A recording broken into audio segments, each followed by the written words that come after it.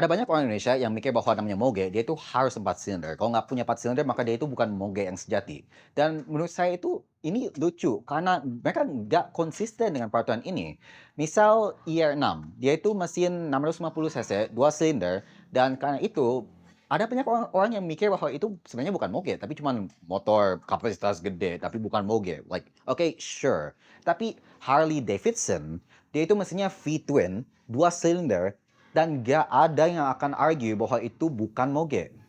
Okay, like, so Harley Davidson is an exception. So cruisers are an exception to the rule. Okay, sure, fine, whatever. That's not fair, but like, whatever, sure. Tapi versus 650, dia itu motor dengan mesin yang sama dengan ER6, cuma di detune sedikit. Tapi versus 650, dia itu dianggap moge, tapi ER6 nggak dianggap moge, karena si Versys itu 2 kali lebih mahal dengan bodi raksasa. Mesin yang sama, profile yang sama, power kurang lebih sama, tapi motor dengan harga dan bodi lebih gede, itu dianggap moge, tapi motor yang awalnya, yang lebih murah, yang mesinnya sama, sebenarnya sama, cuma lebih murah, lebih budget, dia itu nggak dianggap moge. Dan lebih bingungin lagi adalah motor 3 silinder. Because like personally, I think they're fine. Like I like the way they sound. They sound unique and I like things that are unique.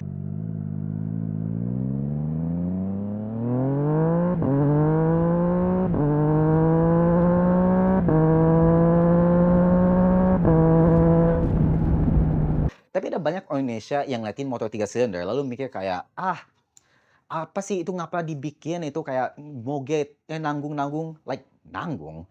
Dude, ini emangnya moge, dia itu kapasitasnya besar, cuman kebetulan desainernya mikir untuk bikin 3 silinder daripada 4 untuk alasan, I don't know, efisiensi, emissions, or whatever. Pokoknya ada alasan desainernya bikin seperti itu.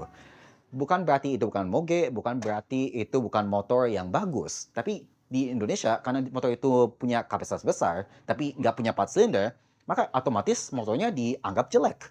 Jadi sebenarnya definisi moge itu apa deh? Karena saya secara pribadi, saya itu diajarkan untuk melihat kapasitas mesin. Kalau di atas 250 cc, dia itu dianggap moge sejati. Tapi kayaknya orang lain liatin jumlah silinder. Kayak, oh harus 4 silinder. Like, okay, sure. Tapi gimana kalau punya 6 silinder seperti Goldwing? Dan gimana kalau mesin seperti KLR? Mereka itu mesin 600 cc, tapi cuma punya 1 silinder, tapi masih jauh lebih berat daripada motor biasa yang 1 silinder, 150 cc gitu. Dan lebih bingungin lagi adalah motor dengan mesin yang lebih eksotis. Seperti, I don't know, motor mesin turbin.